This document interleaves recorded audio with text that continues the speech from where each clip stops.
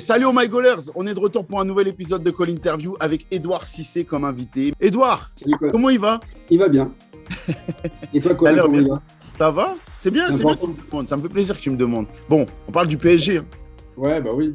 Bah, tu fais tes matchs quand même pour un jeune qui arrive. Ouais. T'es à 14 matchs de championnat, qui n'a aucun passé de centre de formation, de tout ça.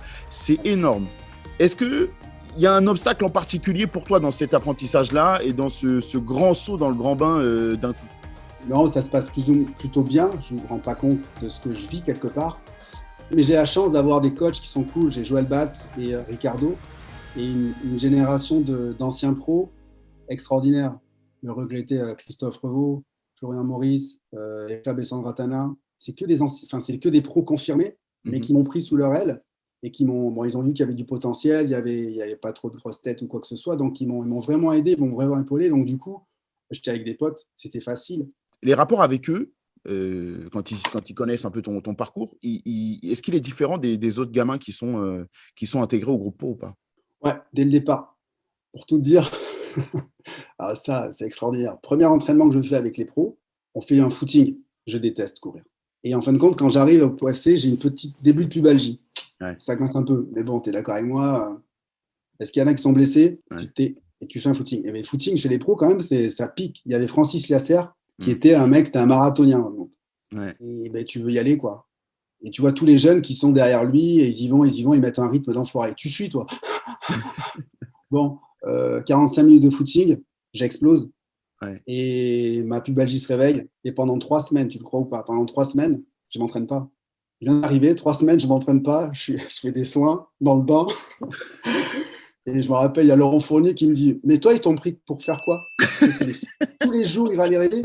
Il regardait Dédé Lansade, qui était le kiné. Il dit « Oh, Dédé, il fait quoi, lui? Il est venu pour faire quoi, lui? La piscine ?» Et moi, je ne me posais pas de questions. Je disais « Ah ben, je suis blessé, moi. » L'escroc parfait.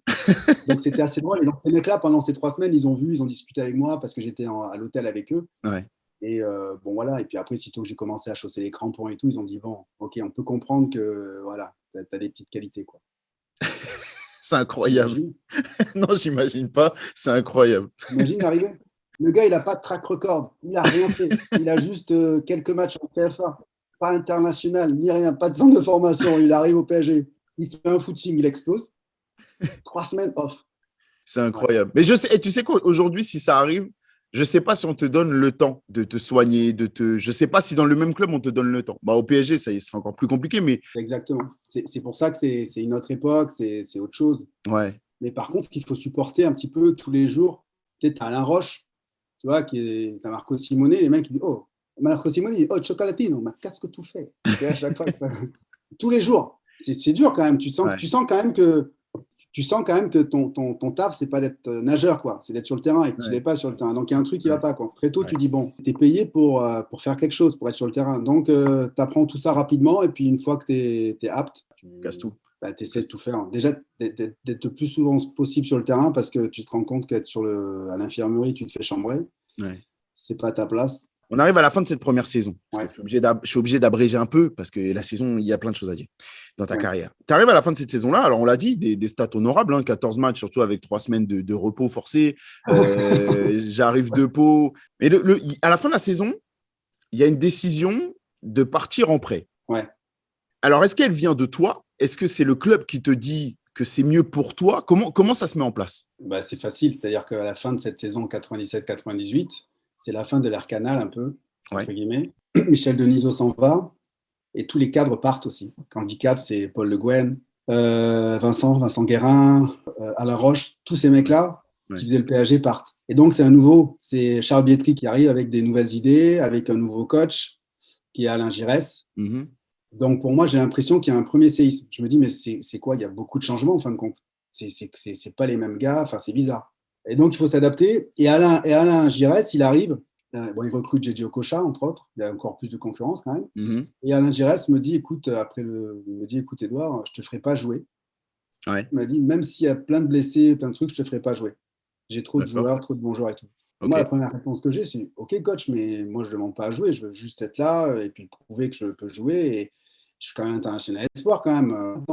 Ouais. Donc, il faut que je joue, quoi. Je suis en espoir, il faut que je joue. Et donc, j'ai la possibilité d'aller soit à Nancy, soit à Rennes. Mhm. Nancy, j'étais bouillant pour y aller. Et à Rennes, c'est Paul Le Guen qui est nommé, tu vois, Mhm. qui est nommé entraîneur. Et il m'appelle, il me dit, écoute, Edouard, j'ai appris voilà, à Paris, si tu veux, pour une année en prêt, tu peux venir. Parce que ton adaptation, quand on regarde un petit peu, quand on revient sur ton parcours, ton adaptation à Rennes, on dirait qu'il n'y en a pas en fait. On dirait que tu es directement à l'aise, que tu comprends ce qu'on attend de toi, que tu comprends ce qu'il faut apporter sur le terrain. Parce que en termes de stats, c'est 28 matchs de championnat. Mais la différence entre un club comme le PSG et un club comme Rennes, pour un jeune qui est en train de grandir, en quoi est-ce que c'est bénéfique d'être à Rennes plus qu'au PSG? Moi, ce que j'ai besoin, c'est avoir du temps de jeu. Et après, je ne vais pas te mentir, je suis super ambitieux et le fait de partir de Paris, j'avais qu'une envie, c'est de revenir. Et donc, pendant toute cette saison, ma target, c'est prouver que je suis un super joueur, prouver que je peux leur faire mal au PSG, à Paris. Je pense que ça joue un peu dans mon intégration. Je sais que c'est super important l'intégration dans une équipe, donc je m'adapte à beaucoup de choses.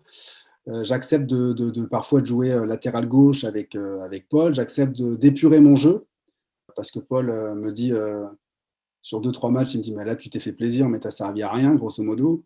Donc d'épurer mon jeu parce que j'ai qu'une target, c'est que Ouais. je veux jouer les matchs, je veux que mon équipe soit bonne, je veux être utile à l'équipe et je veux que les mecs de Paris Saint-Germain me disent mais on n'aurait jamais dû te laisser partir quelque part, tu vois.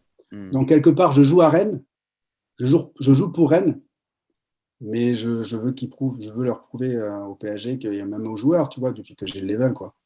Enfin, ça, c'est la fierté, je pense, ou l'ego. Ouais, mais bon, il en faut un peu, je pense. Mais du coup, donc, tout le long, l'idée PSG, elle reste là. Tu n'as pas du tout envie de tourner la page, tu n'as pas envie de passer à autre chose. Le prêt, certes, n'est pas un premier pas vers un départ du PSG. Non, non, parce que, et c'est pour ça qu'à la fin, après cette bonne saison à Rennes, Paul me dit, écoute, on veut te garder. C'est du off, enfin, c'est même peu du off, hein, je te le dis, hein, il y a Ouais. prescription. On veut te garder. Je lui dis, ouais, mais Paul, tu vois, la saison que j'ai fait, Paris, ils veulent que je revienne, et puis au niveau du salaire, ils m'augmentent, tu vois, et je dis, hein, bah, je ne sais pas si Rennes pourra s'aligner. Et il dit, mais tu sais qui c'est notre président? C'était les premières années Pinot, Mhm. du président Pinot. Mhm. Donc il me dit, c'est pas le souci. Je veux juste savoir, toi, on parle pas argent, c'est avec les agents, ça. Je veux juste savoir si tu as vraiment envie de rester. Ah, je dis, ah, si c'est plus une question d'argent, d'accord, tac. Et après, j'ai été cas, je dis, mais tu sais, moi, ce que je veux, j'ai pas réussi encore à Paris. Quand je suis parti de Pau, voilà, je t'ai dit, je veux réussir à Paris. Je me voyais vraiment être un joueur de Paris. Joueur de Paris, c'est être titulaire à Paris, jouer régulièrement. Et J'y suis allé. le retour dans ce PSG-là, parce que alors là, il y a Ouais. une vraie page PSG qui s'écrit. Tu fais 3 saisons, si je ne me trompe pas, de 99 à 2002. Et c'est là que moi, mes souvenirs commencent à arriver. Parce que moi qui a la Tu vas trentaine. avoir les réponses alors. Ouais, non, mais il est temps que je les ai. Mais voilà, Ouais. moi, j'ai les souvenirs là qui commencent à arriver parce que je vois, comme tu dis, il y avait Léo Kocha, etc., qui commencent à arriver au PSG. Ouais. On avait une belle équipe du Paris Saint-Germain. Et moi, Ouais. je te voyais au milieu de ça comme Mm. un joueur jeune, talentueux, un peu insouciant par rapport au visage qu'on pouvait voir de joueurs un peu confirmés, voire internationaux, etc. Mm. Toi, quand tu retournes dans ce PSG avec cette page-là, comment tu te sens déjà? Moi, perso, je me sens bien, revigoré, j'ai confiance en mon football, je sais quel joueur je suis, mais quand j'arrive dans ce PSG-là, en 99, quand je retourne dans ce PSG de 99, il a encore changé, quoi. Hmm. Philippe Bergerot est entraîneur, il y a Laurent Robert et tout, qui arrivent, des super joueurs, mais le club, franchement, quand tu commences, moi, je suis un peu un cérébral et j'essaie de comprendre le pourquoi. Enfin, c'est pas du tout le club que j'ai connu, quoi. Ça tâtonnait, ça allait dans tous les sens. Il y avait des annonces, mais en interne, il y avait rien qui était fait. Tous les 6 mois, c'était un changement de projet. Donc, moi, je me sens bien dans mon football, mais comme il n'y a pas de stabilité, il y a un changement, il y a une instabilité qui fait que bah, tu commences à douter Hmm. et tu commences à être irrégulier. Et quand Louis est arrivé, bah, il est arrivé, il a mis sa patte, c'est logique. Et donc, après, c'était un peu plus une équipe espagnole. Donc, le projet, enfin, c'était assez compliqué, quoi.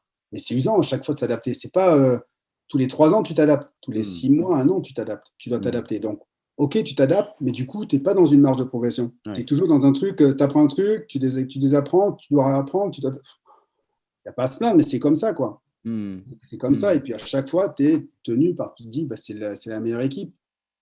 À chaque fois, il y a toujours des possibilités au niveau du mercato donner du sang neuf. Donc, tu as des super joueurs qui viennent à chaque fois. Donc, chaque année, tu crois. Tu es comme les supporters, je pense. Cette année, c'est bon. Ouais.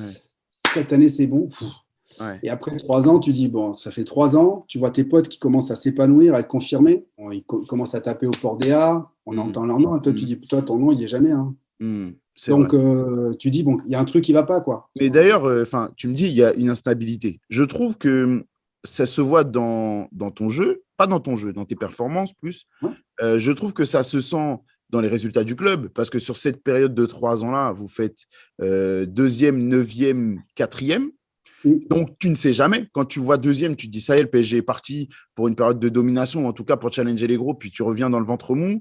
Et après, tu reviens encore sur une saison avec de l'espoir. Donc, c'est clairement dans ce que tu me dis là. Tu finis Mais deuxième avec Philippe Bergerot. 3 mois plus ouais, tard, il se fait licencier, ou 4 mois ouais, plus voilà. tard, il se fait licencier. Changement, bam, boum. Tu consolides rien, quoi. Ouais. Voilà, c'est ça, la Tu te fragilises consolidation. tout seul. Tu te fragilises tout seul et c'est un peu difficile de suivre. Mais même pour les supporters, comme tu dis, c'est très difficile de suivre. Ouais. Mais en parallèle à ça, tu évolues avec des joueurs de très grande qualité. Ouais. On parle de grands noms, hein. On parle des Okocha. Sur cette période-là, tu croises les Okocha, tu croises Anelka, tu croises les Benarbia, tu croises Même Ronaldinho. c'est un Dalma. Non, il y a Laurent Robert. En termes de foot français, tu es avec ce qui se fait de mieux, enfin parmi Mais, ce qui se fait de mieux.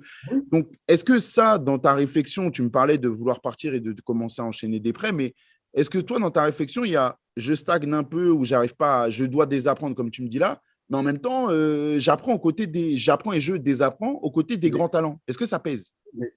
mais bien sûr, mais tu as tout compris, quoi. C'est exactement ça. Tu dis, tu benchmark, tu vois ton club, ton équipe qui galère un peu, ça fait partie du jeu, mais avec qui tu t'entraînes. Et il y a Ronny aussi. Ouais. Tu vois, il y a Ronaldinho qui arrive. Ouais. Donc, en fin de compte, mais c'est instable. Et à côté de ça, tu vois, tu dis, mais franchement, l'effectif qu'on a, puis tu as Sylvain Distin, Bernard Mendy, enfin, tu vois, tous ces noms-là, Mhm. tu dis, on n'y arrive pas. Mais objectivement, au niveau de l'effectif, tu te dis, mais c'est un super effectif. Donc, en fin de compte, tu dis, même à l'étranger, tu essaies de regarder, tu dis, partir où? Mhm. À un moment donné, pour aller dans un grand club, il faut jouer. Tu joues pas ou c'est pas, tu fais pas des bonnes perfs, tu peux pas espérer des gros clubs. Donc, des clubs Mhm. intermédiaires. Mais tu vas perdre en qualité de joueur. Donc, c'est ça qui te fait rester en fin de compte. Ben, attends, t'es fou, quoi. Attends, je suis avec Ronny, je suis avec ceci. J'apprends parce que j'ai progressé malgré tout. Mhm. Techniquement, quand tu t'entraînes avec eux, quand ils sont chauds, ouais, tu dis, c'est. Voilà. Puis même, tu t'acquiers aussi de l'expérience, la pression. Alors, j'avais pas envie de dire ça, mais quand tu te fais siffler et que il faut que tu joues, hein, parce que tu es testé sur ça. Hein. Si Bah tu ne oui. demandes pas le ballon ou si Bah tu oui. dis coach, sortez-moi, c'est mort. Mais c'est pesant après. Tu dis, moi, j'aimerais bien juste jouer, voilà, juste avoir la pression ou être déçu d'avoir perdu le match. Quoi. Voilà. Mais là, Mhm. c'était d'autres paramètres. Donc, malgré tout, j'ai appris. Mais à un moment donné, voilà, donc je suis en 2002, j'ai 24 ans. Humainement, scléroser un petit peu mon amour. Tu vois, je me posais la question si j'aimais toujours le foot parce que c'était tellement pesant, chiant. Et tu peux pas, tu vois, tu peux pas te poser la question alors que ça fait que 4 ans que tu es dans ce milieu-là, quoi. Mhm. Donc, tu as besoin d'avoir une bouffée d'oxygène. Il y a, du coup, si je ne me trompe pas, la page Première Ligue qui s'ouvre avec West Ham.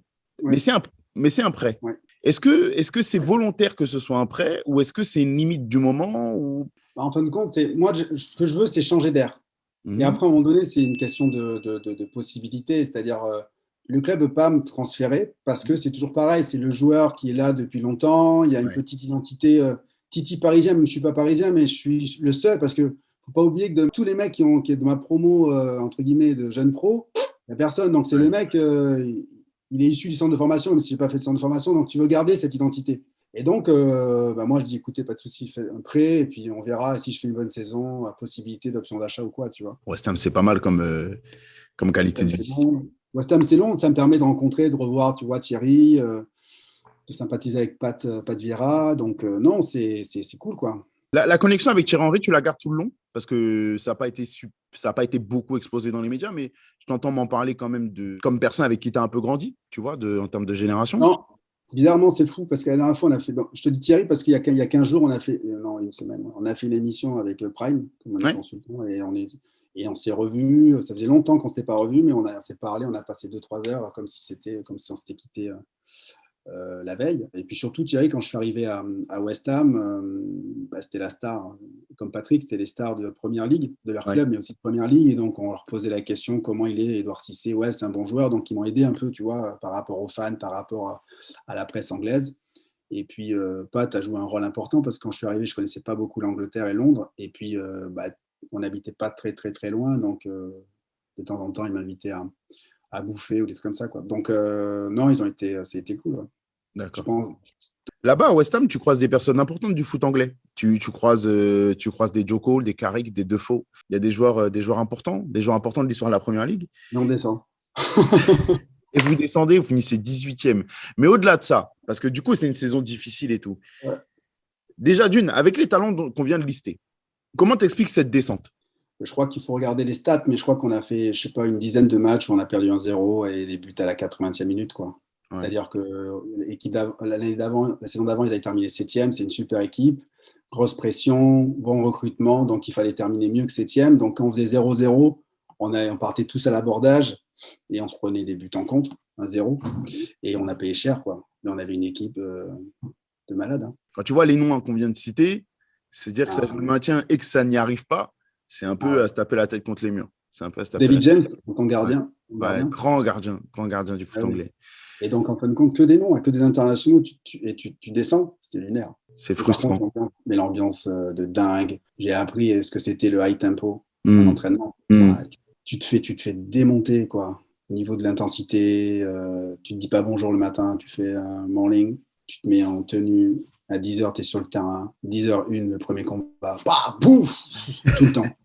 Tout le temps. Franchement, c'était énorme. Et les ambiances, les ambiances de fou. Quoi. Tu fais un tacle, ils t'applaudissent, tu mets une frappe du pied gauche, c'est parce que c'est le jeu, mais elle est à 50 mètres au-dessus. Wow, tu dis, ouh, imagine si seulement j'avais cadré, tu vois. Énorme, les tacles, les trucs. Wow. Non, c'est beau, c'est beau. Mais tu parles de la Première Ligue comme moi, quand je suis un amoureux. Mais c'est ça, ça se voit. Hein. Franchement, c'est tous les mecs qui jouent en Première Ligue. C'est pas parce que les maillots ils sont beaux, parce que tu filmes avec une caméra truc, c'est parce que l'ambiance elle est top. Quand tu es joueur, tu es considéré.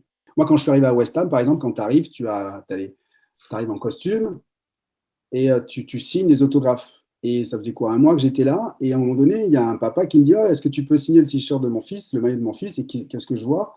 Je vois le petit maillot 25 6C. Le gamin, donc le daron, le papa, a décidé d'acheter à son fils mon maillot. C'est là où je me suis dit bah, il est ouf. Tu vois? Non, mais tu dis, mais il est ouf. Tu vois? Et puis j'ai vu après, juste à côté, tu vois le troisième gardien. Autant dire que le troisième gardien, je ne me rappelle plus de son prénom, mais jamais il peut jouer, quoi. Tu vois ce que je veux dire? Ouais. Et là, tu vois les supporters et gueuler comme si c'était David James. Il faut que tu signes. Donc à partir du moment où tu as le maillot, où tu avais le maillot, où tu étais joueur, mais tu étais respecté, quoi. Et je signais autant d'autographes que Fred Canouté, Paulo Di Canio. Enfin, tu étais un joueur, tu vois. Enfin, tu vois, qui fait partie d'une famille. Moi, j'avais jamais connu ça, quoi, tu vois. Tu n'avais jamais connu ça, pourtant tu sors du PSG. Ouais, mais au PSG, tu signes des autographes, mais tu sens bien quand il y a Ronny à côté, n'existe plus. T'as oublié. Mais c'est logique. Non, mais c'est la France. Enfin, c'est la France. Non, c'est logique. Tu as des stars et tu as des bons joueurs. Et donc, nécessairement, tu as la possibilité de faire signer Ronny. Ouais, super. Tiens, dépêche-toi. Tiens, mais c'est logique. Ouais. Mais là-bas, tu sentais pas trop ça. Et donc, en fin de compte, voilà, je retourne à Paris par défaut, tu vois. En plus, un nouvel entraîneur, en plus. C'est Vaïd Halilhodžić. Très tôt, je comprends ce que c'est un loft. Tu connais le concept du loft? Vas-y, explique-le-moi. Je crois que j'étais les premiers lofters. C'est-à-dire que l'entraîneur te fait pas trop confiance, il t'aime pas trop, et il veut pas que tu t'entraînes avec le reste du groupe. Il veut te mettre sur la liste des transferts, donc tu t'entraînes à part. Et il me met sur la liste des transferts, enfin dans le loft, pardon, parce que Rennes veut que je signe chez eux, parce que lui vient de Rennes. Tu vois, et il se dit, bon, comment on peut faire? Rennes demandait une indemnisation pour le laisser partir à Paris, sauf que, hop, il se rend compte que Rennes est intéressé par Édouard Cissé. Donc, l'un dans l'autre, pourquoi pas, et tout ça. Et bon, moi, du coup, je me dis, bon, je reviens à Paris. Bon, Paris, je crois que c'est fini, quoi. Donc, je vais très certainement aller à Rennes. Donc, lui, Vaïd, il se dit, c'est génial. Le petit Cissé, là, hop, il va faire une arrivée-départ. Sauf que le père Cissé, là, il est chiant, quoi. Je dis non, je m'entends bien, mais il y a peut-être une opportunité. Mes agents m'appellent, ils me disent écoute, il y a peut-être une opportunité quelque part. Ah bon? Ouais. Rejoins-nous, avenue Marceau, dans les bureaux. J'arrive. Et il me dit tiens, regarde, il y a le coach qui t'appelle. Quel coach? Allô, Edouard, c'est le coach, c'est Didier. Ah, d'accord, ok. Et donc là, j'ai pendant 5 minutes Didier Deschamps au téléphone. Et lunaire, hein. Bah tu vois ce que je veux dire? Il débute, il est à Monaco, mais Didier Deschamps quand même. Ouais. Le mec, c'est voilà.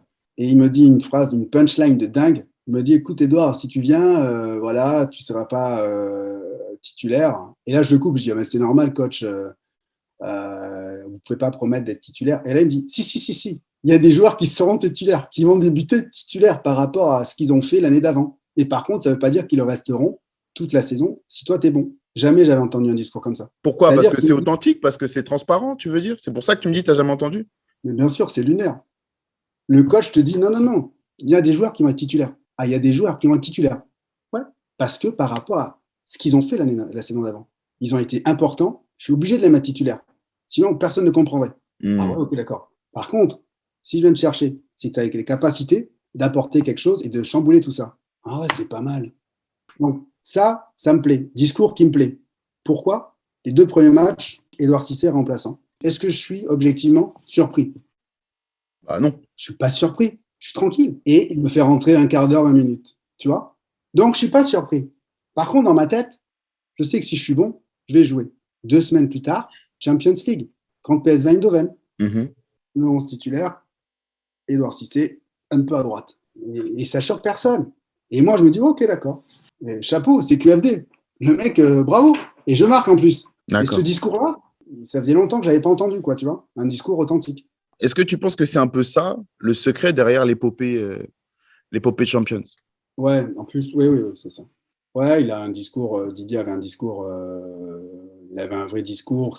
En fin de compte, c'était pas notre entraîneur, c'était notre guide.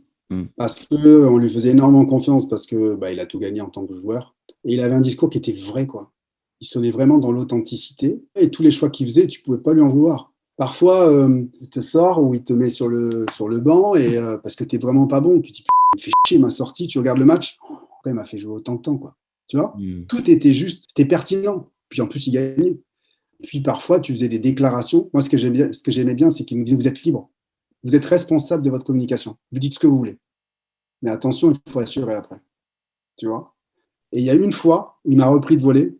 C'est la veille du match retour de Champions League contre le Real de Madrid. Le journaliste m'interroge. On avait fait 4-2 à l'aller et il fallait qu'on gagne 2-0. Le mec me pose cette question, il faut gagner 2-0. Ouais, ben c'est sûr que si on prend un but, on est mort. L'interview se passe, nickel. Le lendemain, pas de vague, pas de déclaration de ouf et tout. Il fait la causerie, il dit voilà, il parle de l'équipe et tout ça. Puis après, à la fin, il dit écoutez, je vais revenir sur une déclaration d'Edou. Je dis qu'est-ce que j'ai dit? C'est fluide, c'est simple ce que j'ai dit. Il dit à un moment donné, si on prend un but, on est mort. Mais non. Si on prend un but, il faut marquer 3 buts. Aussi simple que ça. Ne vous fixez pas de limite. Ne vous fixez jamais de limite. Tu prends un but, 1-0, qu'est-ce qu'on se dit? Il faut marquer 3 buts. On gagne combien? 3-1. À la fin, tu dis, il est relou, quoi. J'étais avec Pat Evra, je dis, putain, il est relou. Même là, il a raison. Tu vois ce que je veux dire?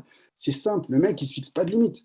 Tu verras, il y a un avant, un après, 2003-2004. Ouais, Monaco, l'épopée. Ouais, mais c'est surtout l'épopée, mais c'est Inception, ce mec. Celui, il a mis dans la tête des joueurs. Tu vois? Parce que tous, après, ils ont fait. Les mecs, c'est des bons joueurs, hein, tous. Hein.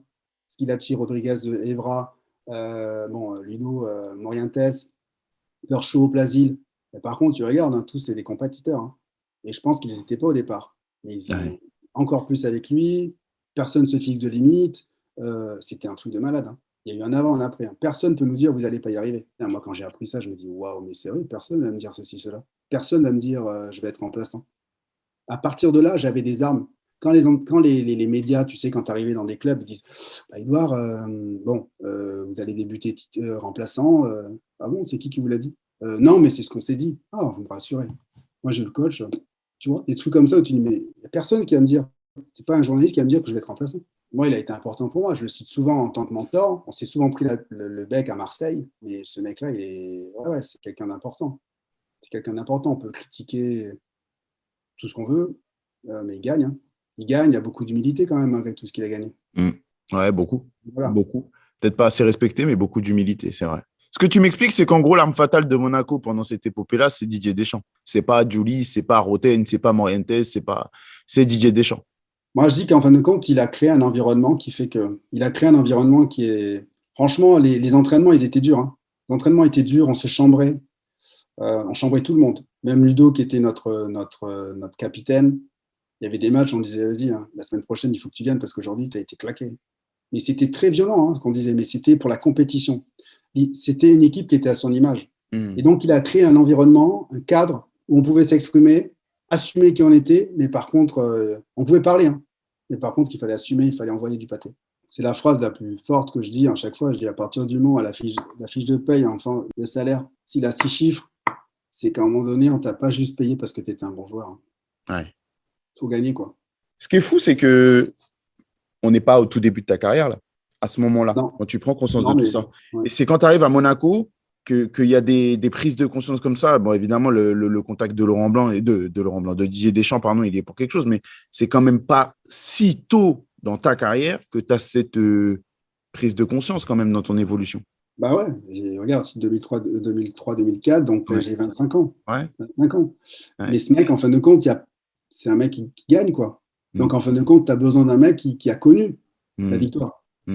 Pas qu'il la raconte l'histoire, qu'il a connu, qu'il a vécu, qui a été un membre de cette victoire, en club comme en équipe nationale.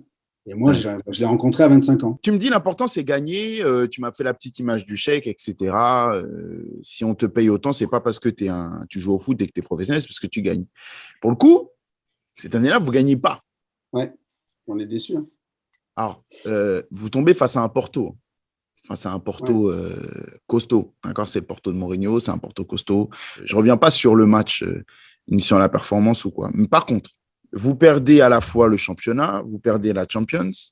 Ouais. En interne, cette petite descente aux enfers petit à petit, parce que quand même, si en Champions, vous assurez, en championnat, on sent que c'est moins bon depuis plusieurs matchs. On sent que vous êtes dans un coup de moins bien, vous n'y arrivez plus autant. Comment vous le vivez en interne, vous?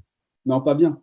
En janvier, pour tout dire, on a 12 points, 11 ou 12 points d'avance sur Lyon. Ouais. Février-mars, ce match de Champions League contre le Real, et cette qualif nous fout un peu en l'air parce que va expliquer à des jeunes loups qui viennent d'éliminer le Real que le match de Lens est important. Donc, tu vas à Lens, tu te fais applaudir à Bollaert par tout le public. Ça tu te dis, bon, on n'a pas joué, on a fait match nul. Ouais. Et à partir de là, on est un groupe de 16, on n'est pas un groupe de 25 joueurs, 16, tu vois, et donc on s'use un peu physiquement, on se focus sur la Champions League qui te bouffe pas mal d'énergie psychologique et physique, et tu fais tant bien que mal des matchs, voilà, tu essaies de pas les perdre, quoi, mais tu cherches plus à les gagner, quoi.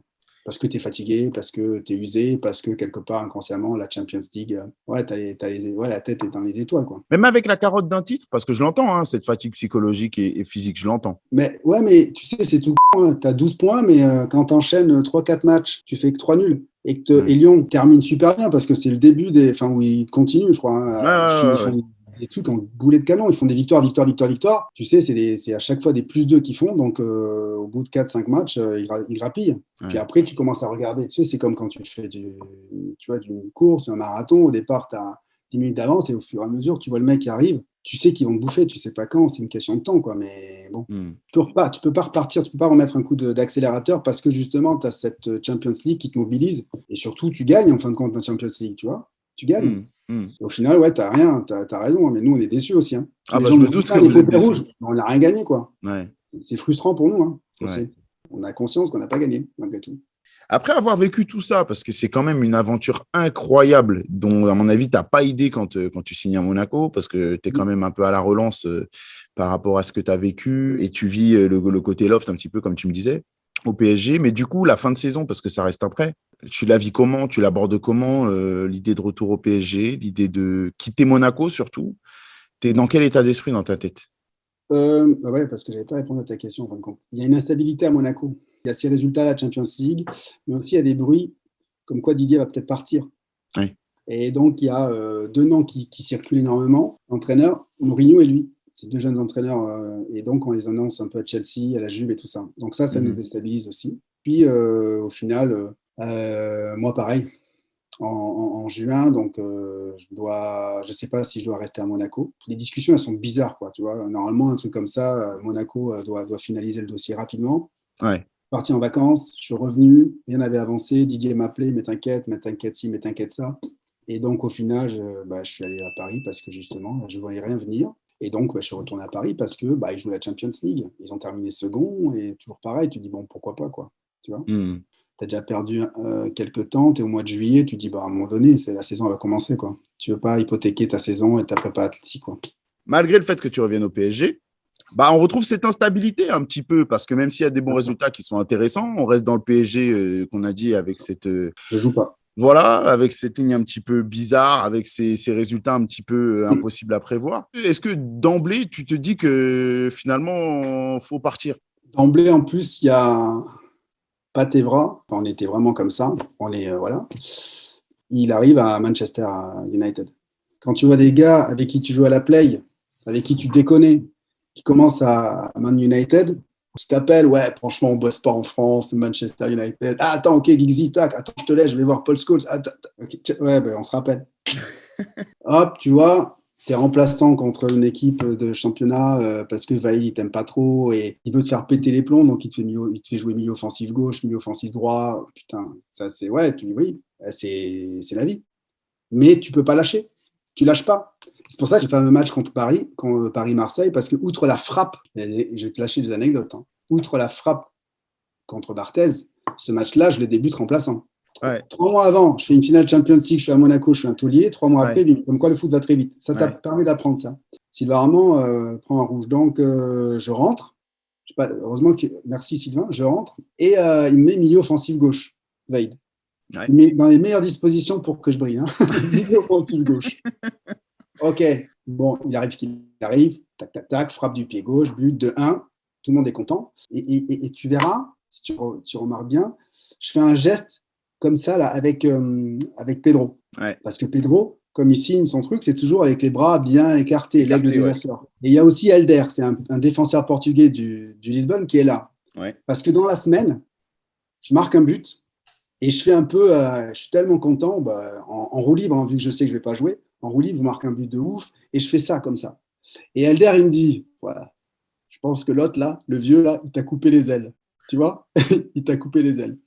Et quand je marque le but, tu vois, quand je fais ça, je montre à Pedro qu'elle repousse. Parce que je lui dis, mais t'inquiète, elles vont vite repousser les ailes. 3 jours après, tu vois, je marque et c'est pour ça que je fais ça. Et Pedro, c'est pour ça qu'il fait ça aussi. Il me dit, ouais, c'est vrai. Elle repousse les ailes. Et c'est fou parce que par histoire, tout le monde va me parler de ce but. Tout le monde va oublier que j'étais remplaçant. Tout le monde va ceci, cela. Oui, c'est vrai qu'on oublie. Ouais, c'est vrai qu'on oublie. Mon pain noir, j'étais en train de le manger. Mais tu vois, c'est le mental. Alors, du coup, quand même, parce qu'il y a des épisodes hyper importants, je veux qu'on parle de l'OM. Mais avant ça, tu quittes le PSG, tu fais ta pige, tu fais ta pige au Beşiktaş, tu retournes en France et tu vas à l'OM. Et tu retrouves Didier Deschamps. Mais ça ne se passe pas du tout comme ça. Et je t'annonce, je fais de l'inside, là, je te fais un scoop. Là. C'est-à-dire que je suis en Turquie, 1 ou 2 semaines avant le titre de champion de Turquie qu'on va gagner. Je reçois un coup de téléphone. Appel inconnu. Allô, Edu, c'est le coach. Là, je ne comprends pas le coach, mais c'est mon coach, il parle turc et tout ça. Un peu la même phase qu'à Monaco. Que Monaco, et puis surtout un peu la même phase que Soulé a dit avec Toons, avec Anthony Le Deschamps. C'est qui? C'est Didier. Ok. Bon, est-ce que ça dirait de bosser avec moi? De rebosser avec moi? Je dis, ouais, pourquoi pas, mais bon, c'est où? Il dit, je te dirai. Et la première chose que je lui dis, je dis, ouais, je sais pas, pour l'instant, je suis vraiment bien en Turquie. Je vais être champion de Turquie. Et il me dit, ouais, être champion de Turquie, c'est bien, mais être champion de son pays, c'est mieux. Donc je me dis, le club qu'il va prendre, c'est un club pas mal, tu vois. Ça titille. Donc, je fais mon titre, je gagne mon titre et tout. Et puis après, j'apprends que ce club, c'est Marseille. Donc, il me dit alors, t'as réfléchi? Mais c'est Marseille, Didier, franchement, revenir en France, les problèmes, Paris, Marseille, avec tous les joueurs, c'est relou et tout ça. Il me dit, non, prends ton temps, réfléchis. Je pars en vacances.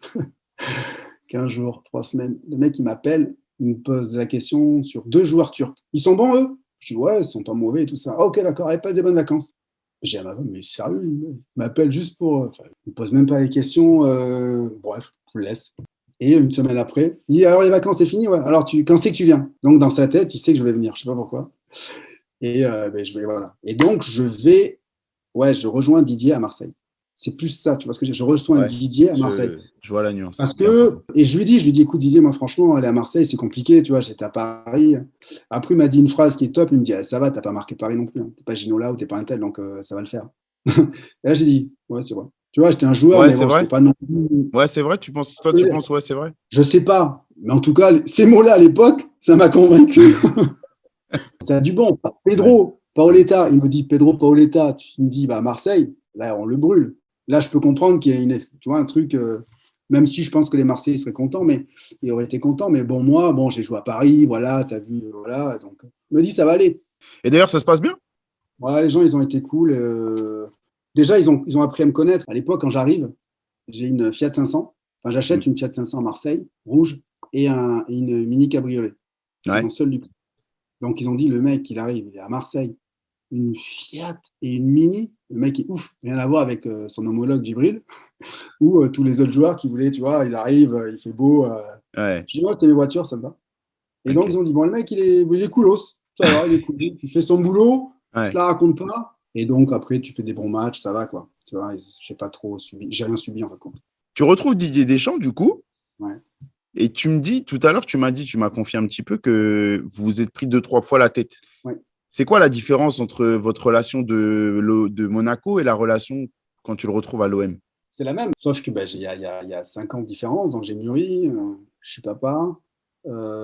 J'ai un peu plus de. J'ai pris beaucoup d'expérience et de maturité et de confiance en moi en Turquie, tu vois. Je me connais encore mieux, quoi. Tu vois, j'ai prouvé en Turquie, mes performances étaient solides. Donc, tu Ouais. vois, je pouvais discuter avec Didier, tu vois. Avant, j'avais vraiment l'impression que c'était mentor-élève, tu vois ce que je veux dire? Ah, j'ai ci, j'ai ça. Sauf que là, j'avais peut-être plus d'atouts pour lui rétorquer certaines choses. Il a toujours entendu. Il me dit, j'entends, mais je n'écoute pas nécessairement. J'adorais. Je t'ai entendu. Je vais peut-être pas t'écouter, mais je t'ai entendu. J'adorais qu'on dise. C'est toujours pertinent. Mais au moins, ouais, il y avait des discussions. Ouais. Mais les grandes lignes, c'était ça, pragmatisme, on gagne et puis et on voit après, quoi. Donc ça me parle. Dans cet OM-là, on sent que la concurrence, elle te met plus de bâtons dans les roues que par le passé. Mm. Toi, avec le recul, tu te vois titulaire à Marseille ou tu te vois joueur important dans la rotation? Là, tu vois, je vais te faire une réponse. Elle va être peut-être mal interprétée, mais les 6 premiers mois, c'est un temps d'adaptation. Moi, j'accepte de ne pas jouer tous les matchs parce que j'ai pas envie d'être exposé. Moins on me voit, Ouais. mieux c'est quelque part. Tu vois ce que je veux dire? Ouais. Et en janvier, l'équipe elle a moins 12 points. Sur qui? Sur Bordeaux, on va C'est dire. Bordeaux? Ouais, Bordeaux. Et à partir du moment où il y a la CAN, Didier m'installe en défense centrale, en milieu, en sentinelle. Bah, les 6 mois d'après, c'est C'est titulaire. victoire. Bah ouais, parce que l'équipe elle gagne, parce que l'équipe elle a des résultats. Stéphane Mbia que tu as eu, il est plus sentinelle. Il Ouais. devient défenseur Il central passe derrière, fort. ouais. Aux yeux du grand public, je ne peux pas leur dire ouais, c'est moi si ça. Mais en fin de compte, au niveau des. Voilà, j'ai joué tous les matchs, ça ramène une stabilité. Et après, c'est vrai que j'ai jamais, à Marseille, j'ai toujours fait attention à ne pas prendre la lumière. Pourquoi? Mm. Parce que je voulais surtout pas qu'on dise ouais, attends, ça va, tu es Paris, tu es de Paris, tu es de Paris. Enfin, tu vois, je voulais surtout pas. Donc, moi, je faisais le boulot, je savais, je voulais être important, je connaissais mon importance, je la connais, mon importance. C'est pour ça que je t'en parle aujourd'hui, mais je n'ai pas besoin de prouver que ceci, c'est là. Et pour en revenir à moins 12 en janvier, on est champion à la fin et j'ai joué tous les matchs. Mm. On ramène la Coupe de la Ligue, c'est pareil. Je suis titulaire, voilà, je fais mon match, enfin, je fais tous les matchs, je suis là. Trophée des champions, pareil. Après, là où je reconnais que c'est, pour certaines personnes, c'est compliqué, c'est parce que les 3 derniers mois, donc on est en 2011, elles ont été compliquées pour moi Mm. personnellement. Mm. Je me suis auto-exclu, comme a dit Didier. Il a accepté, je lui en suis reconnaissant, et c'est terminé un peu en autre boudin à ce moment-là. Mais globalement, moi, ma relation avec Marseille est top, et je sais ce que j'ai apporté.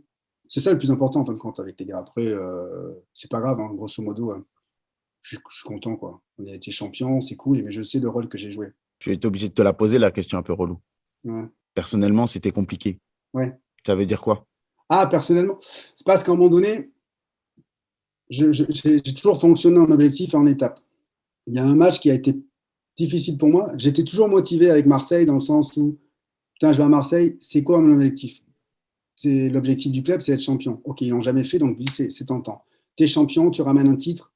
Ok, trophée des champions, ok, super. La saison d'après, donc, c'est quoi? Donc, faire mieux cette année, comment on peut faire? Donc, j'essaie de réfléchir à un objectif qui peut me faire vibrer, me tenir. C'est vrai ça fait longtemps qu'ils n'ont pas passé des poules de Champions League, quoi. Ah ouais, ça, pourquoi pas? Donc, on passe les poules de Champions League pour la première fois et on joue en huitième de finale contre Manchester. Là, donc, on est en février. Là, j'ai plus rien. Après ce premier match, on joue le match au Vélodrome, un match très moyen, 0-0, je crois. Ouais. Et à la fin du match, Pat, il me dit un truc qui m'a, mais il s'en est jamais aperçu, qui m'a tué. Nous, on est au taquet. Et lui, il me dit, Ferguson, il nous a dit avant le match que le match le plus important de cette semaine, c'est samedi contre Arsenal. Donc, c'est-à-dire que là, tu es en train de me dire que vous avez fait un match d'entraînement, match de gestion, et que nous, on est au taquet. Là, dans ma tête, je me suis dit, on fait une compétition qu'on ne pourra jamais gagner.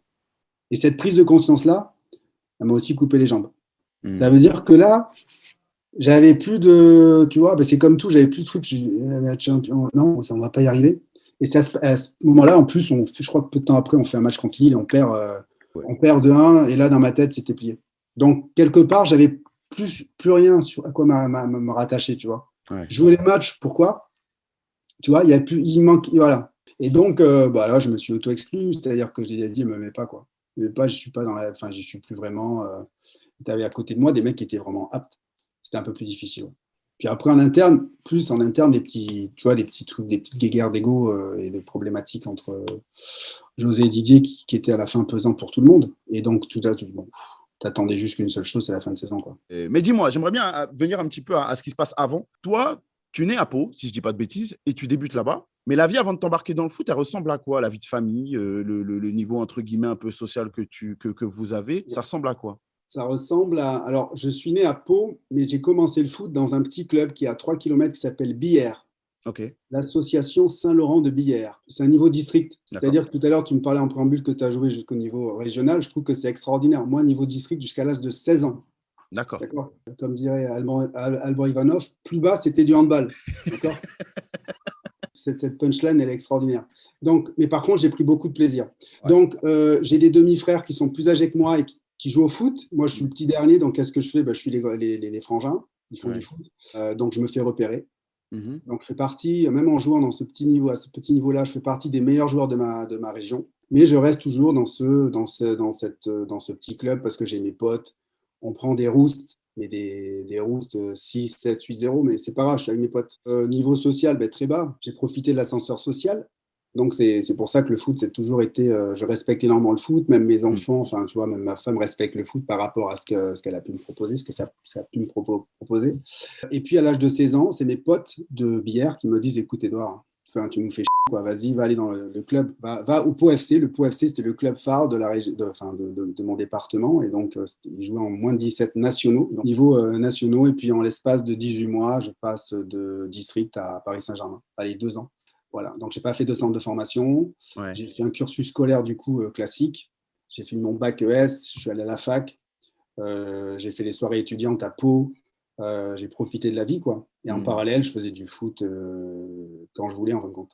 Je n'allais pas tous les jours, je n'étais pas super sérieux, mais j'étais bon. Et il y a beaucoup de clubs qui sont venus me voir, qui ont dit ce mec-là est bon. Et voilà. Et j'ai choisi le PSG, j'allais dire le poids, c'est le PSG à 18 ans et demi. Ouais, c'est un rythme ascenseur parce que clairement, tu passes de petits clubs de district, c'est un peu c'est un peu le club où on va jouer le dimanche matin. Du village, carrément. Ouais, voilà, où on est entre amis, où il y a la petite buvette après match. Mais d'un coup, tu passes quand même au Pau FC où tu me dis c'est au niveau. Il y a quand même un peu plus sérieux. C'est naze, ouais. Un peu plus sérieux. Pour tout dire, un peu plus sérieux parce que je sens déjà que c'est quelque chose de pas mal parce que déjà, je fais partie de je suis une petite coqueluche du département, donc je commence à avoir des articles dans la presse. Donc, tu vois, quand tu arrives au lycée, tu es en première ou terminale et que tu es avec l'équipe phare de ta ville en CFA. Et puis, en l'espace d'une année, tu passes du Pau FC au PSG. Ouais. C'est plus un ascenseur, tu as raison. Mais alors, c'est compliqué. On va pas rentrer dans ton intimité. À quel point? Ouais, on va pas rentrer dans ton intimité un peu trop, mais à quel point? Disons que mon papa était bagagiste dans un hôtel et ma maman ne travaillait pas. Et donc, j'étais dans mon lycée, on n'était pas beaucoup de boursiers, quoi. Ouais. C'est l'inverse.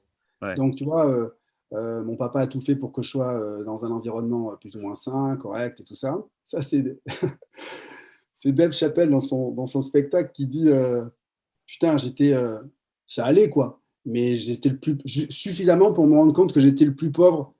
Tu vois, de mon quartier, tu vois. Ouais. Je manquais de rien, mais je sentais qu'il y avait des gens qui étaient pleins d'argent et qui avaient plein de choses. Et voilà, j'avais à manger, j'avais de l'amour, voilà. Mais par contre, je ne pouvais pas demander à mes parents d'avoir. À l'époque, c'est la mode des Rip Curl, Billabong, toutes ces marques du Sud-Ouest, là. Ouais. Moi, je ne posais pas la question parce que je savais que ce n'était pas possible. Toi, tu ne poses pas la question quand tu sais que tu es dans une famille où c'est compliqué. Ouais. Voilà. Et quand tu me parles de cet ascenseur-là, quand tu passes à Pau, au Pau FC et après au PSG, est-ce que tes parents ou ton entourage prend peur un petit peu de l'ampleur que peut prendre le foot dans ta vie? Non, parce que, et ça, j'en parle à mes enfants aussi. C'est facile pour moi, c'était facile pour tout le monde parce qu'on est en 97 quand j'arrive au Paris Saint-Germain. Ouais. Donc, c'est le club phare, médiatisé, mais la France n'est pas championne du monde. Et il y a eu un avant-après 98 pour tout Hmm. le monde. Et Hmm. moi, je vois 97, tu arrives à Paris, bon, voilà, c'est médiatisé, il y a des stars. Bon, les gens, déjà, bon, la plupart des gens se disent, bon, il va revenir dans 1 ou 2 ans, il ne va pas réussir. Ça, c'est honnête et je ne leur en veux pas. Ouais. Et je le vis plus ou moins bien. Mes parents le vivent plus ou moins bien aussi parce que je garde le contact avec eux régulièrement. Je leur dis pas ce que je vis parce qu'ils ne comprennent pas. C'est-à-dire que quand tu gagnes tes premiers matchs, ton salaire et tout ça, ils le gardent pour toi parce que voilà, tu leur montres juste, tu leur dis tout va bien.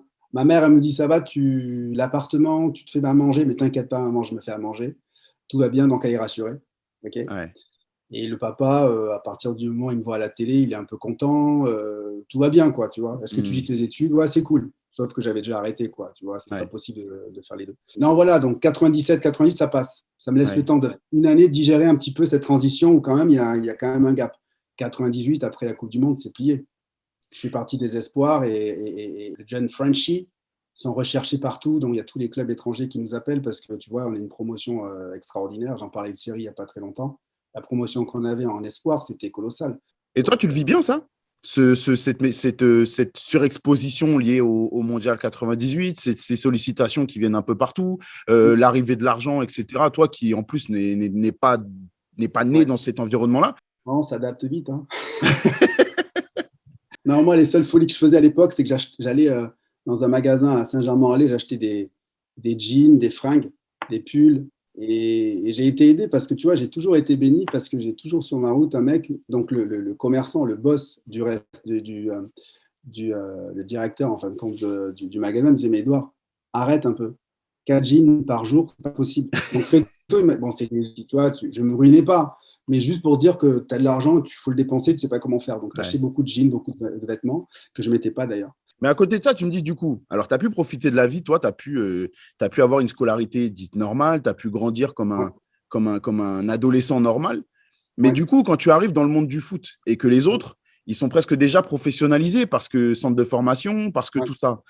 Est-ce que toi, l'adaptation à ça, à ce niveau d'exigence, à la concurrence qui est du coup d'un coup importante et que c'est plus le foot plaisir, mais c'est le foot presque travail, Ouais. euh, est-ce que c'est difficile? À la fois oui, à la fois non. Pourquoi non, c'est pas difficile? C'est parce que j'arrive à 19 ans, 18 ans et demi, 19 ans, j'ai faim.